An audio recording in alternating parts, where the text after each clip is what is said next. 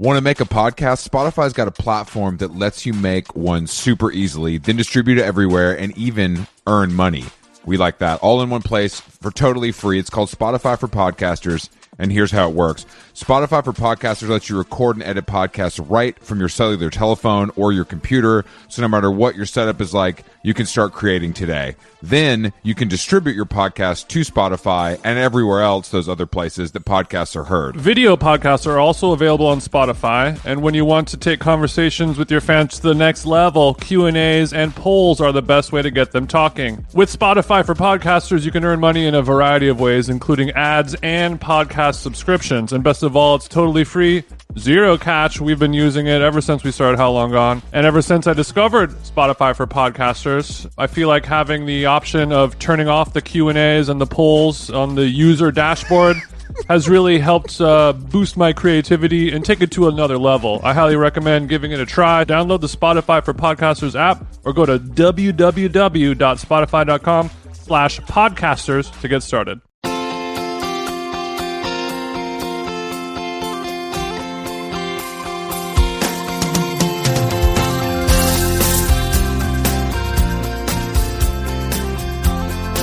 What's fucking good, TJ? How are you? What up, loser? Podcast time. I hope you're ready. Pod time, baby. Oh, bitch, I've been ready. Come on now. You know, I've been up early. I've been getting my calisthenics in. You know, I've already hit the Theragun, hit a workout. I had some water.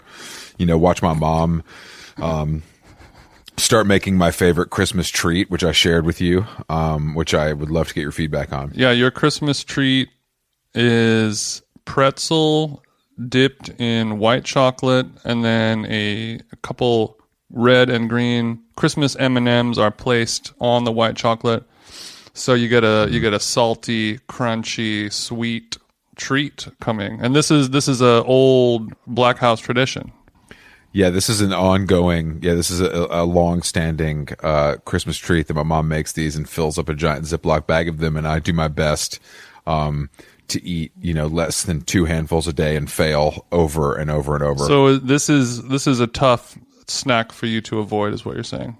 It is. I mean, my willpower at this point is pretty extreme, but unfortunately, you know, during the holiday season, you know, there's more treats around the house than usual because my parents, much like me, know that if you keep treats around, they're going to get eaten and try to avoid that themselves. Yeah, leave your treats around me, bitch. Your treats going to get munched up, is what you're saying. 8. Yeah, don't leave your treats around me. True muncher for real.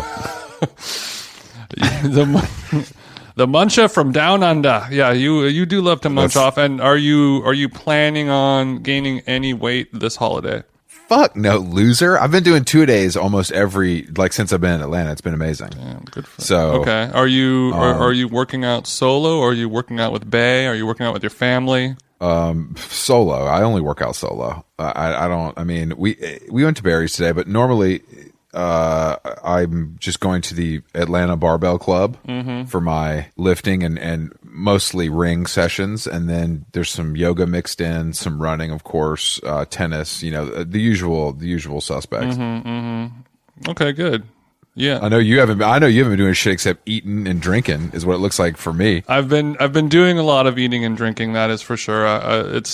Today is going to be yet another day of just stuffing myself, and it's getting a little tough on the body. Sure, it's not putting up great numbers on the scale, but I've accounted for that. What's the occasion? What's the occasion today for all the stuffing? Looking like a damn tall turkey.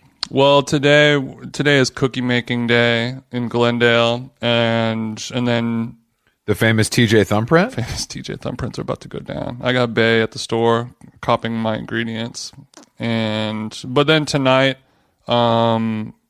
Jonah from Friedman's, the Jewish-ish restaurant in LA. He's shout out to all our Jewish listeners. I hope you had a wonderful Hanukkah. Is Hanukkah done? Yeah, Hanukkah was done this week. Yeah, damn, it's a wrap. Yeah, shout outs to all you guys. But yeah, we did like a little prefixed menu purchasing thing on Friday night where we had like the brisket, the latkes, the matzo ball soup, a black and white cookie, a martini. So you're once again stealing Jewish culture, but you don't even know when Hanukkah is. Classic, Jason. Well, I'm not stealing Jewish culture. I'm just simply celebrating small businesses in a time of need. I see. Ever heard of that? Whatever you got to tell yourself. Yeah, I've heard of it. Are you kidding me? I love small businesses. I just bought a smoothie today from Arden's Garden, a classic Atlanta small business. So go fuck yourself. Hey, go fuck yourself. Yeah, well, hey, I did, some good news and some bad news. Bittersweet over here.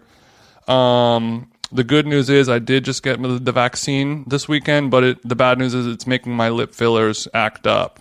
And I don't really know what to do. I noticed you haven't been posting as many selfies as usual, and I had to assume there must have been something wrong with the fillers. Yeah, I've mainly just been kind of posting hand pics and like arm stuff, but no real face because... Arm stuff. Yeah.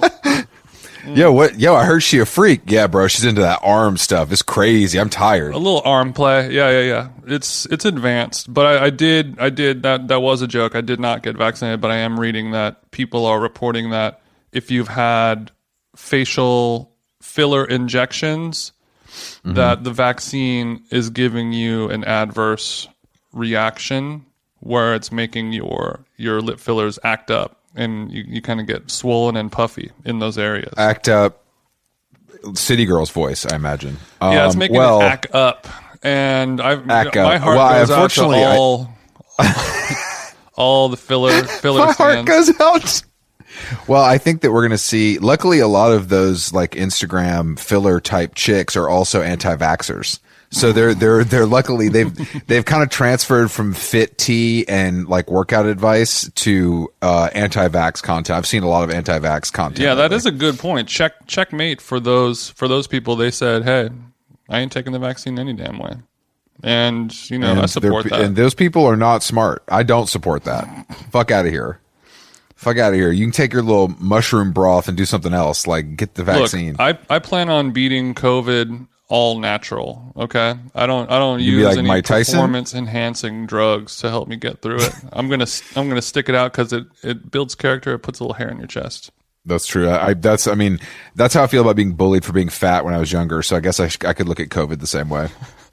Yeah, I was being bullied for being fat when I was younger. Just last night, I was having dinner with Bay and Emily Oberg, and we were looking at old photos.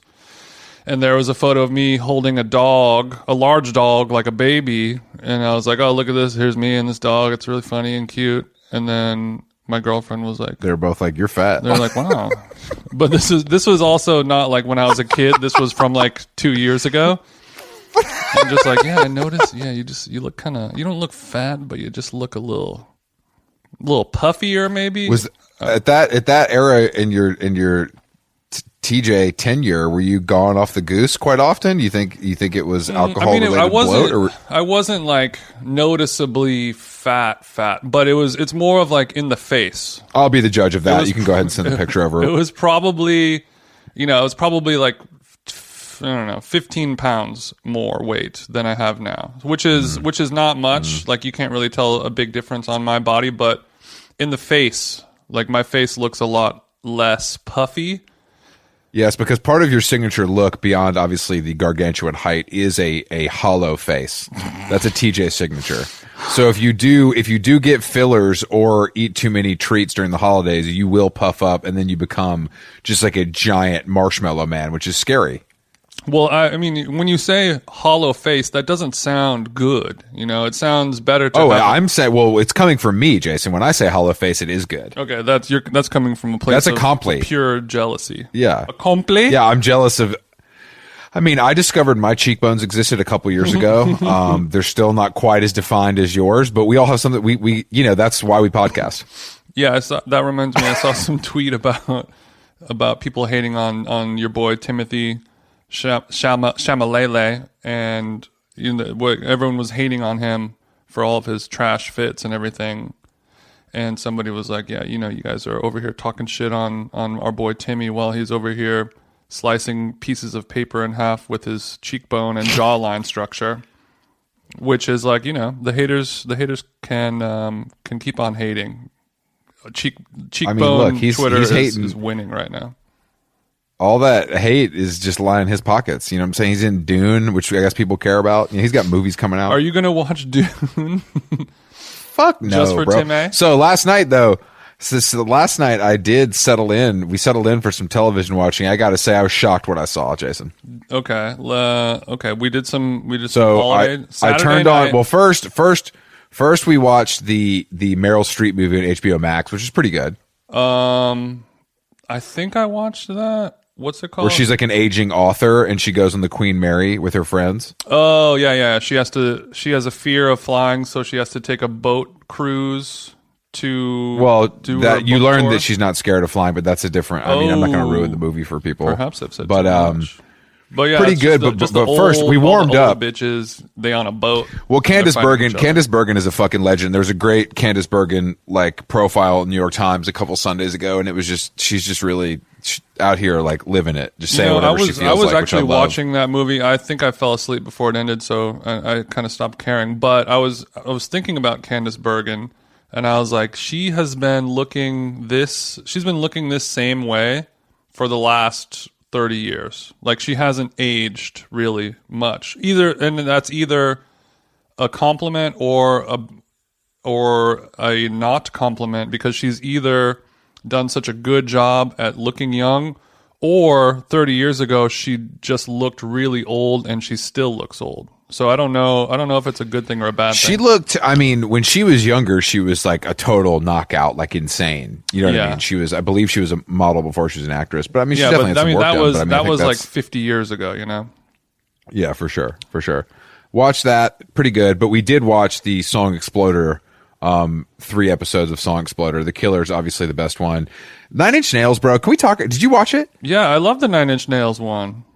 I like it. I mean, I think that song, obviously we're both of the right age to like remember that song and how big it was, and that record and how big it was, and how like controversial it was too. Mm-hmm. But like, I'm just a little like, bro, you're 50 years old, you're filthy fucking rich, you got all the awards, and you're still talking like you're a 15-year-old like outsider. I just don't buy it.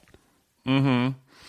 Well, I just don't buy it. Well, what do you think? Do you think he's like, now that he's a multi-millionaire, he's won Oscars and Grammys and Emmys and toured the world, he's living good, but he's still talking about being like a pained, troubled artist? Is that what your beef is? Yeah, it's hard for it. Look, it very well could be true. I just have a hard time believing it. And maybe he was just channeling those feelings from that era of his life because he was talking about that song. Mm-hmm. You know what I mean? Which makes sense. I do think the part about like, you know, him turning the record in and being like, there's no single, and then that song being so big, and then having a second life with like the Johnny Cash cover, is a very interesting, like funny thing that kind of happened that is obviously completely unplanned. But something about him, he just seemed so serious in this way that's like, dude, you got to relax, like, bro. you kind of like, I have to imagine now that he's, you know, in his 50s, he has like, you know, a hot wife and a couple beautiful children, and he lives in some sick ass house in Bel Air or something probably. And, you know, he's a big cyclist. He's like playing golf and shit. Like what is really going on? Like, I feel like your life is pretty chill at this point now, Big Trent. But, you know, once for the social network. Once a pained artist, always a pained artist, I guess.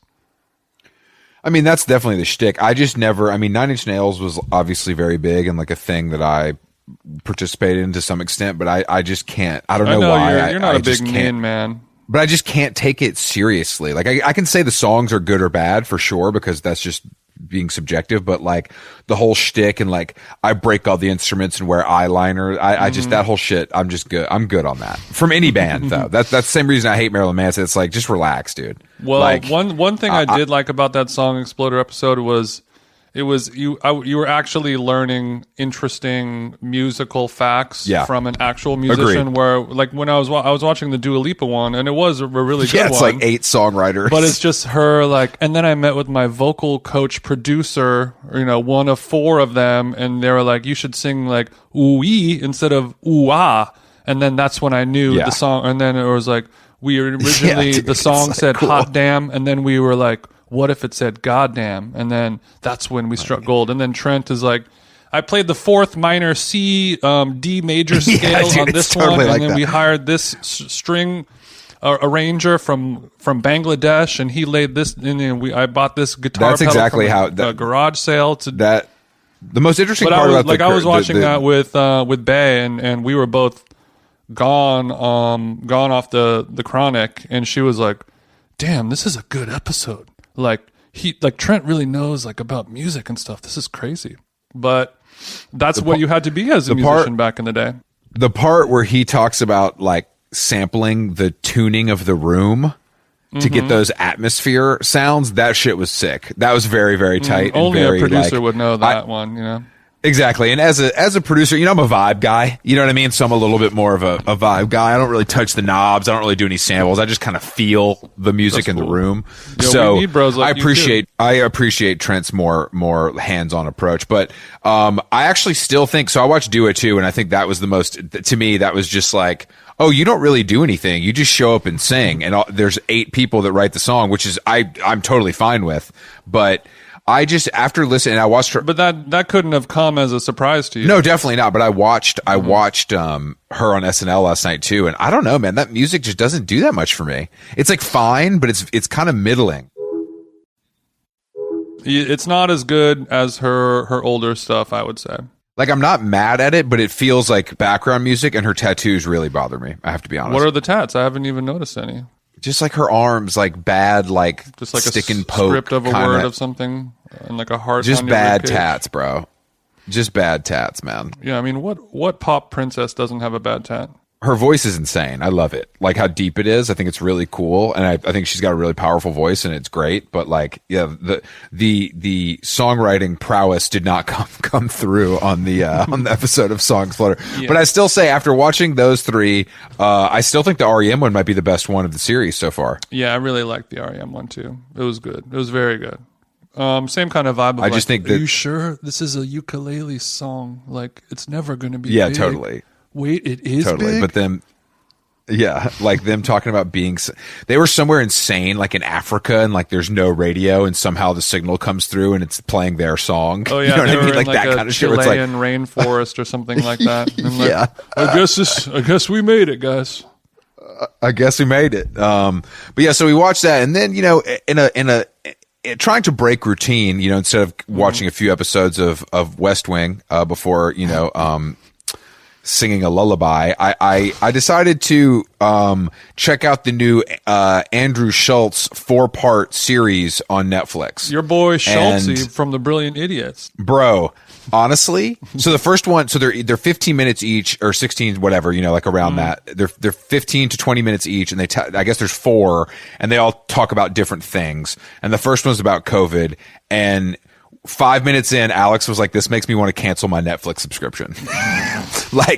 It is that bad. I can't believe how bad it is. Well, what exactly it's literally is him bad about it? So it's him sitting in front of a really ugly green screen. First of all, he's wearing a Saint Laurent teddy jacket, it's 2014. He's wearing Stone Island cargo pants that are joggers at the bottom. They have elastic at the bottom, and he's wearing fucking rude high tops. So he looks insane. He looks so bad. Yeah, I saw another video where he was wearing a rude sweatshirt polo jumper thing. Who wears fucking rude, dude? That's insane. He's rooted down. He's deeply rooted down to the socks, baby. I hope he gets it for free. But I know he doesn't. So yeah. It's literally him talking as fast as he can about COVID and making quote unquote jokes. And then there's a little window next to his head that has visual elements to go along with it. Mm-hmm. Like a Weekend Update style or something like that. Yeah. And I'm not exaggerating when I say this is one of the worst things I've seen on television in years. It's really bad. And they do this weird angle where is low and just unflattering. It's just all really cheap. It feels really cheaply done. Mm-hmm. And there's not a single thing in it that's funny. It's not funny one time in 17 minutes. Well, you and I are funnier in 17 minutes than this guy is, and he's a professional comedian. So I've heard, comedians on other podcasts talking about hey, have you seen all these videos that Schultz has been doing? He's been killing it during quarantine, making these little YouTube videos. I didn't watch any of them, but I think it seems to have a real short attention span theater kind of vibe of just like banging you over the head with a bunch of jokes. And I never really thought he was funny when I used to listen to Brilliant Idiots. Like what? I mean, it seems like it was 5 years ago now. At this point, I haven't listened to it in a long time. It probably was. I think that podcast has been around for 7 years. But I or think something, he seems to have gotten better at comedy. Like he's more confident, and he feels like he's like a real comedian who's part of the club now. But I don't know. Like I watched a little snippet of his special, and it was a lot of clever, fast jokes, but none of them really made me laugh, I guess. I don't know. No, it's not funny, but it's also like you're not Jon Stewart. You know what I mean? Like you're not like I don't care to hear your opinion on like real issues because you're like a comedian. You're like a nobody comedian. Mm-hmm. You know what I mean? Like there's no. I mean, maybe he's been beasting in the underground, establishing this voice, and we're just not aware of it, which is very possible. Mm-hmm. But like, I honestly was shocked at how bad it was. Like from production side to the contents to like the clothes, like everything about it is abysmal. Mm-hmm.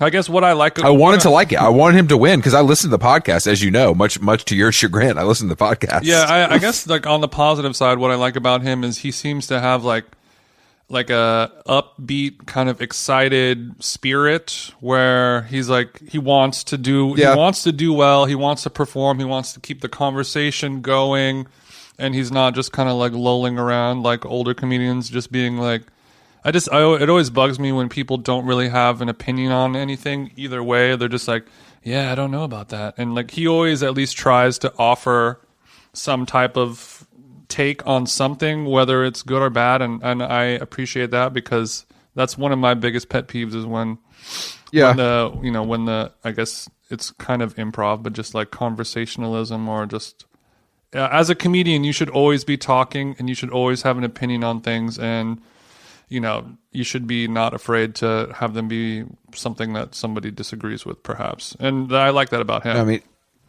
I think but he also, I like that too. I don't disagree with you. I just think and that's probably maybe the only thing I might like about him. He was very much like, fuck the gatekeepers. Like, I'm doing this myself. I'm on YouTube. I got fans. I'm killing it. And then like, of course, Netflix calls and he signs the deal immediately. So it's like, you're just full of shit like everybody else. Like, of course you want to be on fucking TV. Don't act like YouTube.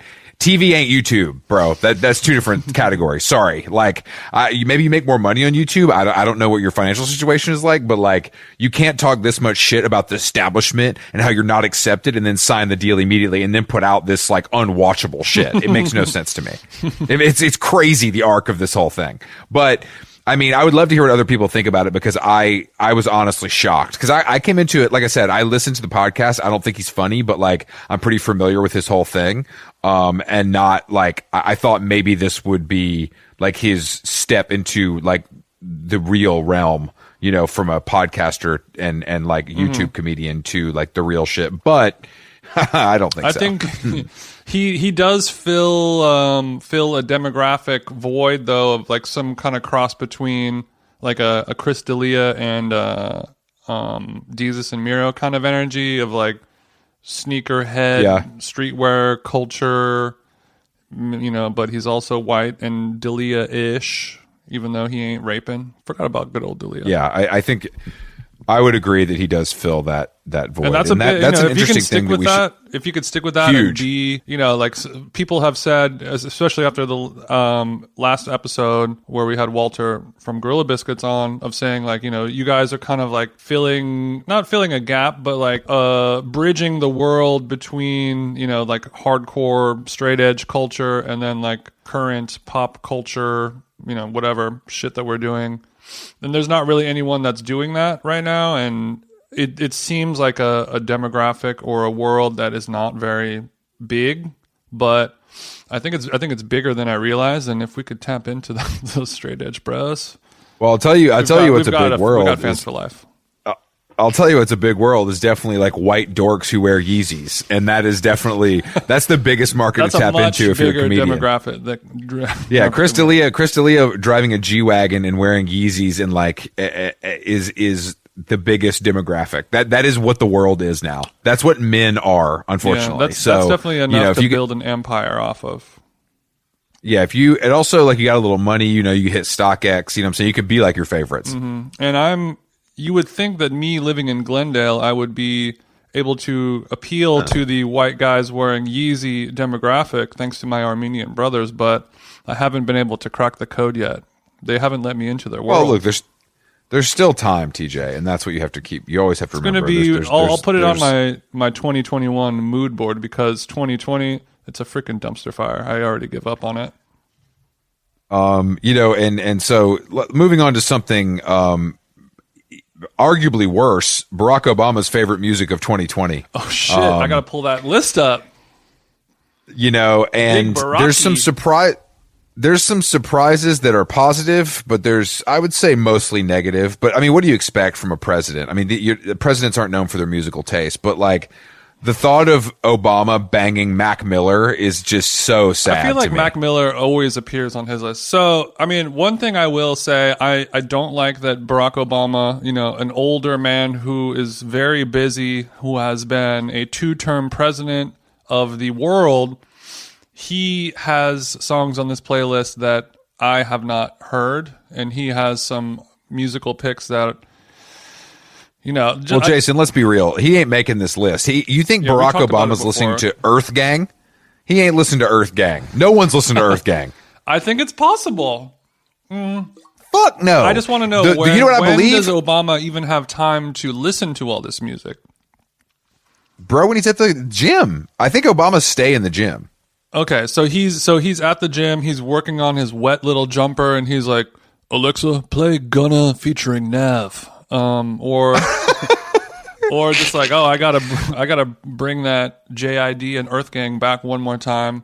The one thing I do like about Obama is that he, like myself, is Jeff Tweedy Hive. Mm-hmm. So you love to see Tweedy on the list. I mean, we got Phoebe Bridgers on the list. We got Waxahachie on the list. We got Bruce Springsteen, of course. But J. Cole, her, Janae, no one listens to Janae Aiko, bro. Yeah, no one.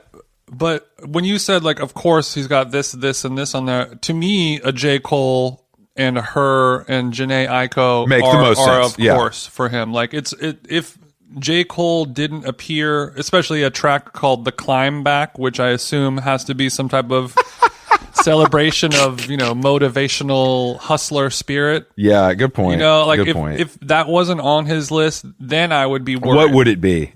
But you know who is on this list? ATL Legends fucking Goody Mob, baby. You already know. Yeah, is that an old song or a new song? I'm not sure. No, they have a new record this year. But also Chris Stapleton, like, come on. That feels like you're throwing one to the whites.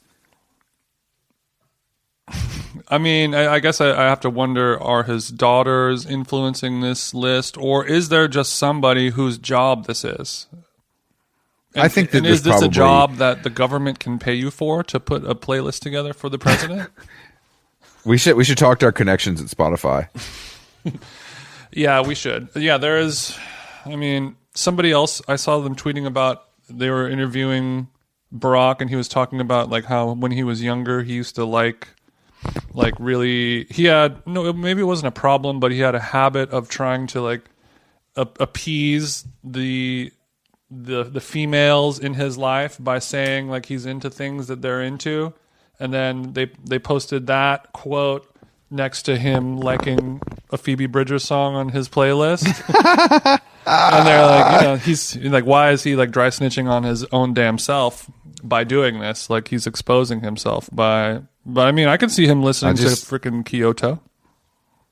I mean, Kyoto's a smash. But he also, I saw this actually on Faye Webster, Atlanta's own, who I'm a fan of, but her song is on here as well, which is pretty like.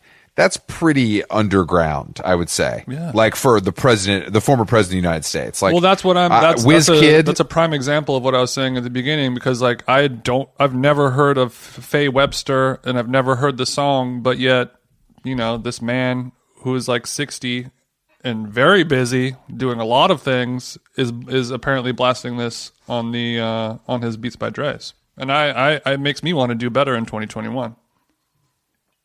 I mean, I think Obama just keeps the Beats by Dre on when he's traveling, you know, promoting this fucking book endlessly. He's probably he ain't listening to How Long Gone. That's for fucking sure. We didn't make the list. We don't know that for sure. He can't publicly say that he likes this, but you know. Do you think there's other people that can't publicly support our podcast but want to, but quietly love it? There has to be 100%. But I mean people that matter, not like your mom. Well, your mom hates this podcast. I worry that my mom. She hasn't listened. I mean, when I was doing my first podcast, and then I started doing the food podcast. After that, that was a big motivation for me to do the food podcast, was so I could have something where I can be like, listen to this one, not this one. And I don't know if she listens to this one now, but I think there's a good chance because she's retired because now. She wants to see what she's a big fan of me. I think she's a big fan really of you and her son me. So there's a good chance. And she's an adult woman. She could take these adult themes that we speak on. Yeah, nothing says adult theme more than Andrew Schultz on Netflix and Barack Obama's playlist to really push the R-rated envelope here on How Long Gone. All right, I have to do a test. Mom, if you're listening to this podcast right now, text me Schultz is trash so we'll know. Man, let them know, baby. Let them know. So now, speaking of moms, now that you're over at Mama Crib, how has that been affecting your output? Do you feel like you're tweeting more, you're tweeting less, you're working more, you're working less? Or have you started settling down for your holiday break is what I'm asking. No, the power of me, one of my few powers is that no matter what location I'm in, the output stays the same. It rarely varies. Well, I was looking at your tweets, and you didn't have a whole lot of tweets going on in the last few days. Was why I was asking. Well, this because there's nothing going on in the world. It's fucking boring. The rest of these bozos slow down for Christmas, or they talk about COVID. I mean, what else is there to talk about right now? Unfortunately, people. I guess as a cultural commentator, you need culture to happen to comment to comment upon, but maybe as we grow and expand into content creators instead of commentors, it's time for you to start creating things to talk about instead of talking about things that were created for you. What do you say about that, Chris? That's not really how it works, Jason, but I mean, what do you want me to create? Do you want me to record an album? I'm just, instead of having a tweet that is maybe a reaction to something that has already happened, I'm saying birth. Are you saying I don't put up enough?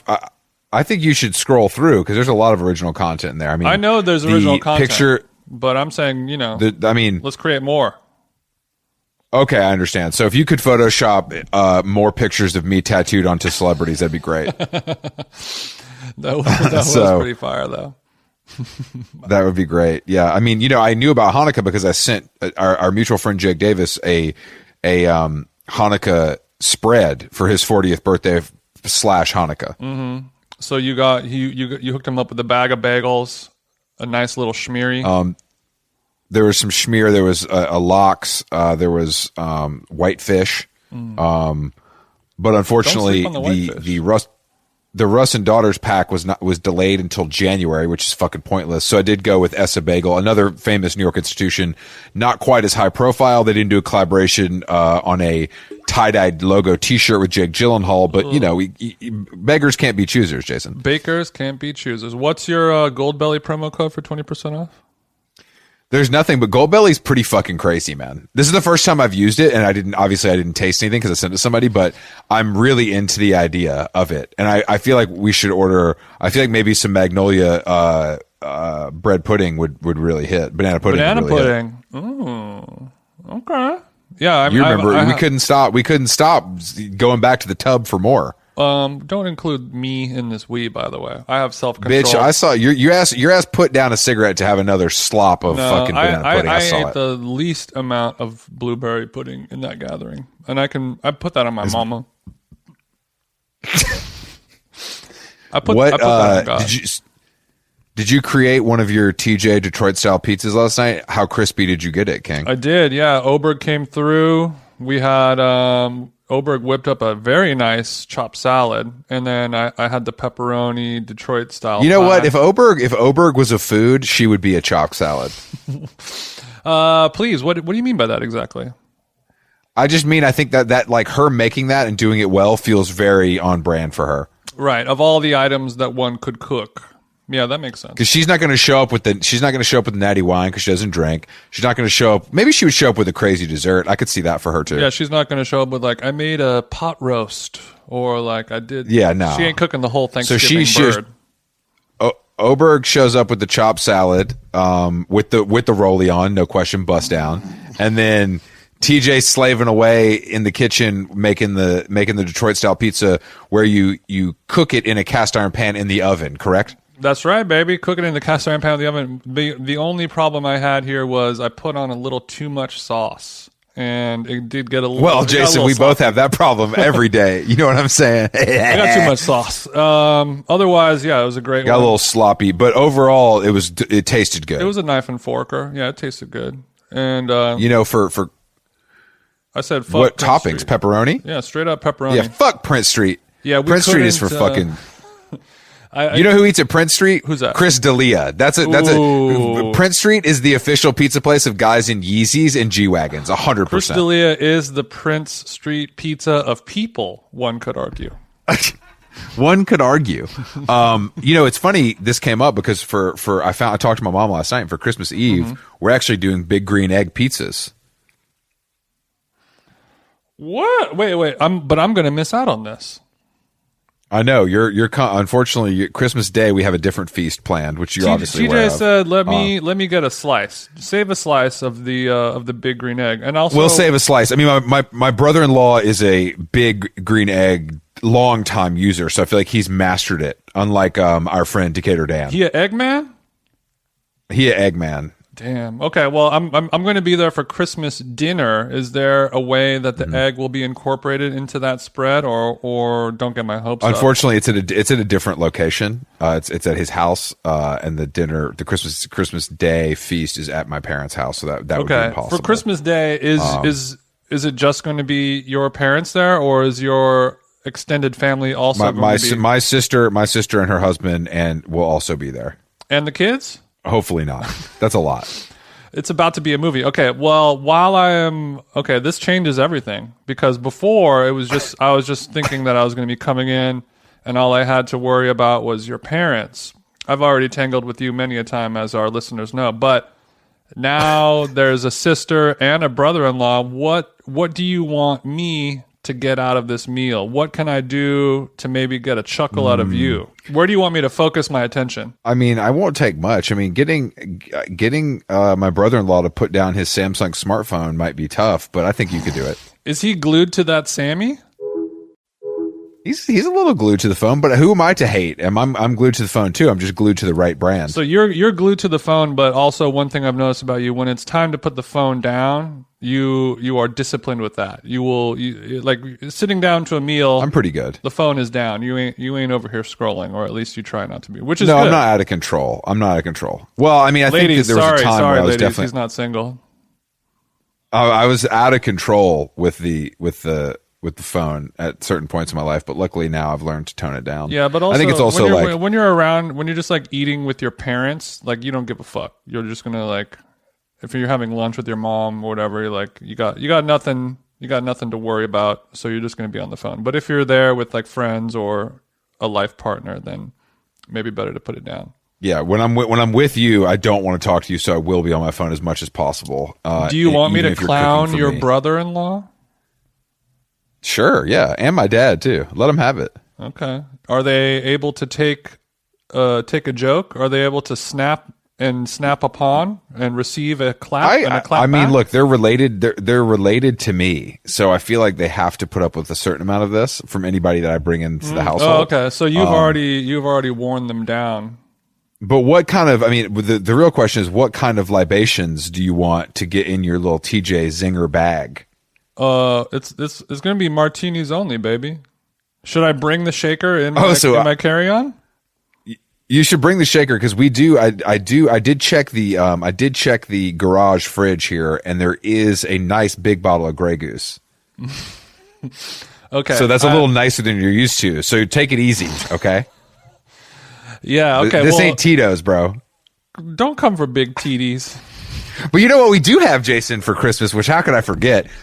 The good folks at non-alcoholic aperitif Gia were nice enough to send me a bottle of their product, so we're going to do a little tasting. Ooh. Okay, so chestnuts roasting on the open fire, a Gia rocks in my hand, big bag of chestnuts in the other hand, and we're over here talking about what a great year we had, spreading the holiday cheer and whatnot. I can't wait to dive into my bottle of Gigi. I can't either. I mean, I'm going to have to ask you to maybe check out the Gia website to check for some cocktail recipes. Oh, that'll be fun. I don't think you're supposed to. I don't know if you're supposed to just drink it like raw. I heard it's a little thick, like vampire blood or something. Yeah, it does appear to be a cloudy and viscous pseudo libation, and I'm excited to kind of play around with that viscosity. I'm not afraid to guzzle down something thick. You know what I'm saying? I'm ready to wow, swallow. I know you're ready not. to swallow those kids. No Destiny's Child. Well, I hope it's herbaceous in flavor. It's going to be a movie. I don't we even, should create. I mean, we'll have a little downtime on the holiday break. We'll have a bottle of Gia, and we're going to take that bottle with us in the car as we circumnavigate America's South. So we should. If we get so pulled maybe we over make a themed cocktail. If we get pulled over for throwing 200, 300 on the dashie, then we'll be like, officer, don't worry. And he'll be like, oh, so sorry. I didn't realize that was a bottle of Gia. You folks have a good day. Excuse Carry me, on. sir. You're going 200 miles an hour in the Suburban, but you have a rocks glass in your hand. I think you're drawing a little too much attention to yourself. Yeah, sir, we are not allowed to be operating a motor vehicle with a open container. And you'll be like, sir, looks like the joke's on you. I hate to be a bearer of bad news, but this is a non-alcoholic spirit. And he'll be like, whoa, what? I didn't know really that throw existed. yeah. And then we'll get into it, and we'll show him like, well, Maybe do you we have a should Meyer make- lemon maybe- on hand? Because I can whip something up for you.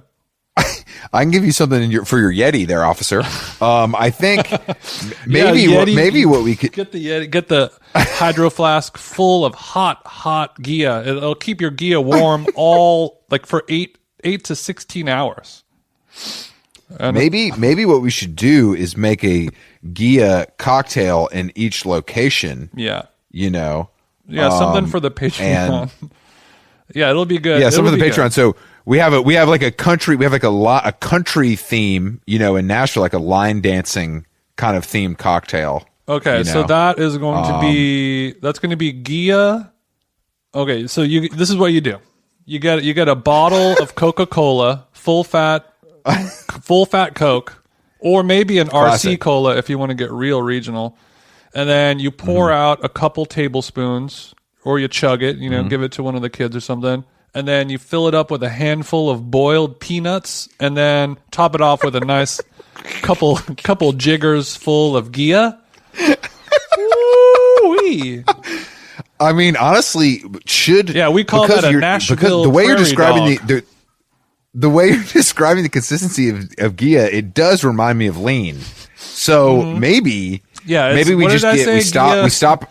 What did I say? Gia is an abbreviation for Gowanus Housewife Investment Accelerator.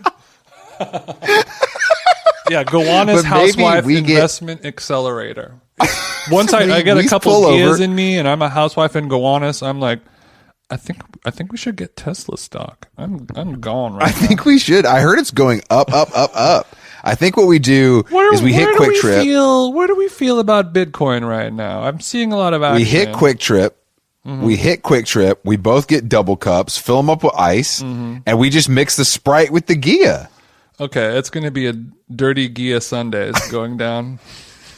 Yeah, I think that's they had Duce Palooza. We're having Gia Palooza, and it's in the Suburban. Gia Palooza. We pull up to any Whole Foods on Lennox, bitch. Come fuck with me, boy. I'm over here. Jason, at Everlane. we're gonna dip. I'm gonna dip.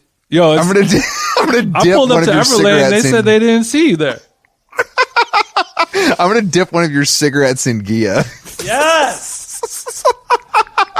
Damn. Yeah. Honestly, we're giving the ideas away. Yeah. Shorty rock up. She smelling like Gia. Backwood guts and pussy. You know what I'm saying? I take one of Jason's American Spirits. You dip it in the Gia. You're gonna be seeing spaceships on Bankhead. Take off and go to Mars. Gone off a Gia Dipper. That's a good idea. Honestly, it's a great idea. I do think that. See, that's the problem maybe with these non-alcoholic. Did you get only one bottle of Gia? Because with the amount of content that we'll be creating around this entire. That's true. I mean, who does your cocktail program? That's the question, and we're going to need a whole case. Once they see us tagging them relentlessly in content of you and I drinking Gia and Sprite out of a double cup, I'm sure the case will come. You already know what the business is. Is Gia coming on the pod? We could get Gia on the pod for sure. I mean, I think that once we have Julia on to talk about non-alcoholic cocktails, and her book, I think it would be nice to kind of have an actual, because have the actual creator of the coolest non-alcoholic cocktail. Yeah, what we're doing is we're creating something a little something called drama. We're storytelling. And, when we're poking fun at all of these brands and products, it's only out of love. And it is usually with the goal of having that person be like, who the fuck are these pieces of shit? And then eventually we get them on the pod, we squash the beef, and then we're friends for life. And Gia and we're toasting Gia. And that little bag's coming because, once you cut me a check, I like whatever you're selling. That's just how it works. You know what I mean? That's how. So something they might not tell you about podcasting is, once they cut the check, we like what they're selling. Yeah. When we were talking to Walter on the last podcast, we were like, yeah, so you turn down $250,000 for a Kentucky Fried Chicken commercial, but then I remember you having a endorsement deal with Doritos, and he's like, that's because Doritos is good. Yeah, it's just the facts don't matter, guys. Exactly. It's smart. It's good business. And we're the same way. Yeah, people came for me because I used to joke around about Sweetgreen a lot back in the day. I'd never even had it. It was just like a funny thing to do. And now they're like, bro, you're like a Sweetgreen head now. I'm like, yeah, man. I tried the product. Yeah, I enjoyed it. And here I am. I tried the product, and they fucking put some. Speaking of, Jason, we need to re-up the cashew bucks, bro, because your boy spent them all. Yo, Nate, if you're listening to this pod right now, I just want everyone to remember that this holiday season, we're all getting fat. we're over here eating too many goddamn hunks of beef and briskets and pumpkin pie. Fuck that. Put it down. We need some raw shaved beets with a vegan green goddess dressing. So pull up at Sweetgreen and make sure you do that. And then, Nate, I know you're listening to this. Make sure we get more cashew in our accounts. That'd be so nice. Because because we ain't talking about this for. Unfortunately, there's no Sweetgreen locations in the South. It's actually kind of crazy to me. No, other than there's like a Miami fake Sweetgreen. There's like a really impressive fake Sweetgreen in Atlanta, like to the T, and it's pretty good. Does it have a funny name? I can't remember what it's called right now. I can't remember what it's called, which is bad. But yeah, it's near Sid Mashburn. It's on the west side. It's pretty good. Mm-hmm. Just to get a upbeat BEET. Ooh, baby. I mean, to get a styrofoam cup of. I mean, wouldn't it be cool if all the Sweetgreens in the South just had like styrofoam cups and like nothing was sustainable at all? They're just like, yeah, fuck it. That would be cool. Which we don't care. We got biscuits for some reason at this location. We got biscuits and sweet Did you notice that? All the greens in the salad have been cooked down with butter and oil. These greens are collared in nature. I don't really understand this. I saw that Sweetgreen is launching a drive-through, which is pretty cool. I know. I'm very excited about that because in times of COVID, now that we are not dining in at Sweetgreen, it is a little bit of it's an inconvenience knowing that I'm just going to go in there, grab my salad and bounce because they already have such a great infrastructure set up for the to-go orders where you order online. Yeah. I mean, you order your shit on the app. It's all super easy, and then you go and your bag is just sitting there with your name on it. You grab it and walk out. You don't even have to. It's weird because they do this without me telling, but my bag says Big CB every time, which is really nice. Well, that's because that's the username that you created on the Sweetgreen Cashew app. I'm sorry. I thought they really knew me there. But it'll be so exciting to just go order your shit online, rock up to the drive-thru, and then show them like a QR code or something like that, and they hand you your shit, and you're gone in 5 seconds. See, To me, it actually, what I think more is that it's like creating, I think it's giving people like a healthy option in a kind of like structure they understand. You know what I mean? Where it's like you think of drive-thrus as like bad for you fast food, but if we can recontextualize the drive-thru for something healthy, that's probably good for society. Chris, the word recontextualizing is close, but I have a better one for you. It's called disrupting. Have you heard of that phrase? That's where you take. I'm sorry I misspoke. I'm sorry to disappoint you, TJ. You absolutely turn it on its head is what you do. But I agree. Like reimagining what we think about the drive-thru. I would love that option. You know, so many times I'm like, I should eat something. I'm hungry. I don't have much time. You know, and you're like, what's close? What's fast? What's easy? What's around here? If there was a salad bar drive-through option, I would be pulling up all the time, and I would, you know, it would probably put years on my life instead of eating fucking French fries. I mean, I haven't been in a drive-through in literally years, but I do think that is how a large portion of Americans consume food, and I think that the options for that are, I mean, obviously Sweetgreen's not going to get cheaper because they have a drive-through, which I think is another barrier to healthy food, but this is, I think the idea of a drive-through could help people who have that money to spend it a little more wisely for their bodies than a Frosty to dip your fries in.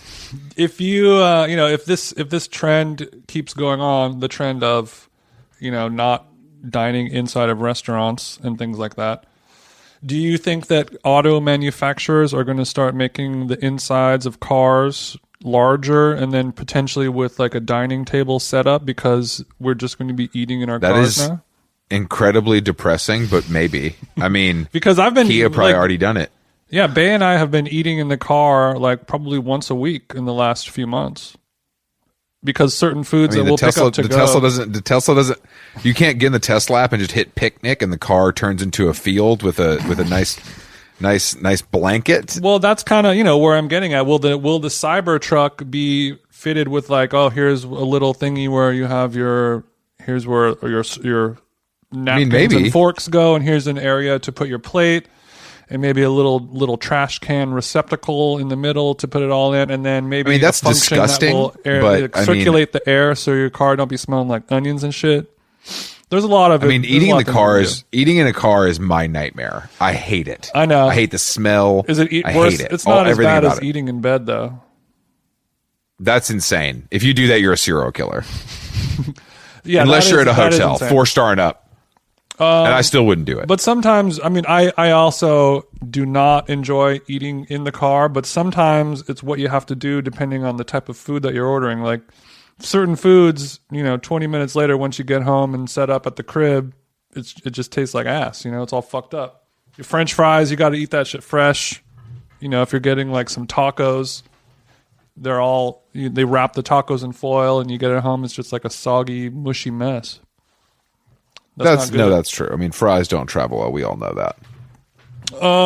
We all know that. Yeah, well, it looks like our listeners have a lot to think about. It looks like all the Sweetgreen founders that listen, Elon Musk, it's time to start turning the inside of the Cybertruck into a nice dining room. I've been thinking about what car I'm going to get, man. Oh yeah, when you come to Cali and Feb, what the whip appeal is going to be? I don't know. Like, so you're going to do? Are you going to try to do like a 1-year lease or something? Yeah, I guess. I don't know what I'll figure it out. I need to talk to that lease broker that you guys know. Mm-hmm. I'm really interested in that whole thing existing. Yeah. I mean, just all you got to do is tell them which color G-Wagon you want, and then they literally handle everything else. It's super simple. And then you just drop it off on your door. I mean, the problem, G-Wagon's probably a little, that's a little much for me, but I weirdly do like that Tesla, the SUV one. Like, it's like pretty small.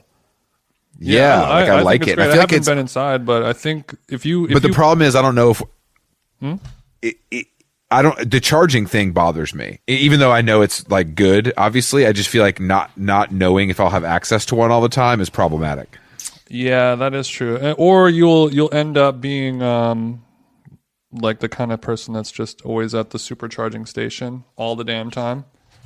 I don't have time for that. We're running a fucking media empire. You think I have time to charge? I barely have time to charge my iPhone 12. Well, I didn't get the 12 yet. The supercharging station goes pretty fast. It's like 20 minutes. But I heard that Elon, a friend of mine was like talking to Elon like a year ago or something, and he said that he was trying to make all the supercharging stations into like kind of like a cross between a drive-in movie and like a Sonic burger kind of place where I didn't know you talked to Grimes that often. That's cool. We grimy. It's all good. There's like a little. He wants to set it up to where you pull up and like some cool dressed person wearing a fun outfit like roller skates up to the car and like takes your like smash burger order, and then you can watch Mad About You or Friends on the TV in your car. Maybe there's I really hope that he doesn't do this. And this is stupid as hell. And then the roller skating person will plug in and unplug your car when it's done charging, and then it's all just charged to your Tesla account. I mean, that's a bad thing. It's a dumb example, but if that is tweaked and honed, it will be nice because just to be able to go to a gas station or filler up place where you don't have to touch anything. I'm happy about that. I don't like because every time you touch the nozzle, you gotta hit the DS and Durga hand sanitizer. It's rough. Man. I ordered a DS and Durga hand sanitizer for the trip, but I also ordered a air freshener for the car, which I think is a nice touch on my part. What brand? DS and Durga, the one that makes that great hand sanitizer that I got. So you did not go for the Frederick Mall car freshener. Damn, I actually slipped my mind, but there is a nice Frederick Mall shop at Neiman Marcus at Lenox Square, so I could hit that before you get here. So I looked up the DS and Durga automobile air freshener. Big Sur after the rain. Big Sur. Okay, it looks like it has kind of like cartoony hand-drawn artwork on it, a little Dear Dana. Yeah, I don't love the artwork. I don't love the artwork, but I love the smell. Okay. That makes sense. Yeah, I mean, maybe we can, we'll hit a little gaff tape over it. That's kind of like a Hollywood secret. You know what I mean? I've heard about gaff tape and what it's capable of. It's pretty cool. It comes in a lot of different flavors too. Big Sur after the rain. Well, this is going to be good. You know the vibes. The Candle 65. Okay, that's not bad.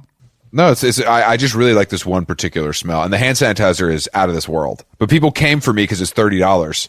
People can't. I'm like, you fucking losers. If we have to use this shit all the time, spending $30 on it isn't that crazy. It ain't tricking if you got it. Am I wrong? It ain't tricking if you got it. The unbroken shirts did go out, Jason, right? Yeah, the How Long Gone t-shirts went out this weekend. If you ordered one, thank you for that. The proud. But yeah, it did sell out. It was a smaller order, but hey, there's a lot of people out there who... Thank you. Yeah, thank you to all our recovering hardcore heads, for listening to this podcast. It's wonderful for people to get the stupid jokes that we make and be excited about, Walter, a very impressive career musician. Maybe we'll get more hardcore heroes on the podcast. I mean, are there any other ones? Who are we going to That's the problem. Do you think Carl... I don't think Carl from Earth Crisis has lived such an interesting life. We got to get Carl from Earth Crisis on the podcast now. I'm dying to hear what I'd rather talk to you over and over and over. If we can get him, then we can get Moby, who I really would love to get on. Moby, I think we could get Moby on like through some channels of our own. Please. I want to talk to that little freak show so bad. We're pretty connected in the music business, Jason. I don't know if you know that. We meaning me. I know. Sometimes I forget. Except for the EDM community, which weirdly I'm making waves in right now. You are, and I'm proud of you. Well, I mean, my ultimate, my goal that I'm working on in my back channels is to try and get Lily Allen on for you. Your Whitney. Mate. Well, she has so far I've done a cold email to her manager and no response yet, but... No response. I'm not surprised. She is a mother of two, I believe. She's married to David Harbour, star of that bad show. What's that show called? I don't know. I've never heard of that. Stranger Things. Oh, yeah. That's right. You'd reckon. You know who he is. He's actually very famous, like character actor. Yeah, but he. I used to see him. I think he went to a therapist in my therapist complex, and he would be very. He kept a hat on. I'm like, bro, you're not that famous. He got guap though. You know what I mean? He got guap, but when people like reality guap. Stars wearing like a hat low, and we still need to work on our. I'm still working pretty hard for a cast member of Southern Charm to come on the podcast live from Charleston. Jesus, that's going to be sick. I'm I have an email into Shep's people. They have yet to respond, but Shep is aware of us and did read the Vogue story and said he was interested. So, Hell yeah. if anybody out there can push me over the edge, I'll take Austin. I mean, Patricia's the dream guest. Obviously, if we could broadcast from her house, I think Jason and I could charm her. But that's really it. I mean, that's kind of where we're going. For Christmas, why don't we get his address and we'll send over a carton of menthols with a nice card just to try and coerce him onto this podcast. I think Shep, we would need to send over like a 24 pack of rare IPAs, and maybe a new rash guard, because I think he's catching some waves out there at Folly Beach. For all my South Carolina heads, they know what the fuck I'm talking about. I feel like I'm back home in the OC. With some bomb IPAs and a rash guard. It's not dissimilar. It's lacking Sublime and Sunshine, but similar. Lacking in Sublime. Okay. Well, Chris, thank you for potting. God bless. Hope everyone has a great Jason, holiday thank you for week. potting. I'm gonna go hit another mall. Just living the dream, baby. We're doing no days off. What day does Christmas fall on? Is it Friday? Christmas is Friday, yeah. So I mean, we're gonna in your stockings this week on Christmas morning, we'll have a new episode of the podcast. We don't have no goddamn days off, bitch. We ain't taking days off. New Year's Day, you get a podcast. It's Christmas Day, you get a podcast. Mm-hmm. Christmas Day, I'm waking up like I don't care what Santa's plans are. My plan is to work out. You know what I'm saying? So. Yeah, we're keeping real sweatshop hours over here, baby. You know what I'm saying? Our mental is crumbling. That's what we do because we know what are you guys going to do? You got shit to do. All you're going to do is listen to podcasts and look at the internet like you do all the time. It's just going to be less work. Yeah, maybe. Listeners, what are you going to get me for Christmas? Listen to some ads, okay? Yeah, Put a little do-re-mi in my pocket. Yeah, exactly. Jingle, all right, thank you, TJ. Listen to How Long Gone Radio on Spotify. We're absolutely fucking murdering it. Just introducing you to all the great and terrible new music that comes out every week. That also just continues. That'll be out the day after Christmas this week. And that's it, really. That's it. Thank you for listening. We love you. This next episode of How Long Gone Radio, we should probably do our 2020 tunes of the year. Yeah, I think we should do a top 5 2020. I mean, my list is already kind of out there, but I can pick my favorite 5 to really hone it in and go toe-to-toe with TJ. Hone it in, please. Okay, good. Okay, I will. Okay, all right, thank TJ, you guys for listening. Love your work, bro. I'll talk to you later. Bye-bye. Later.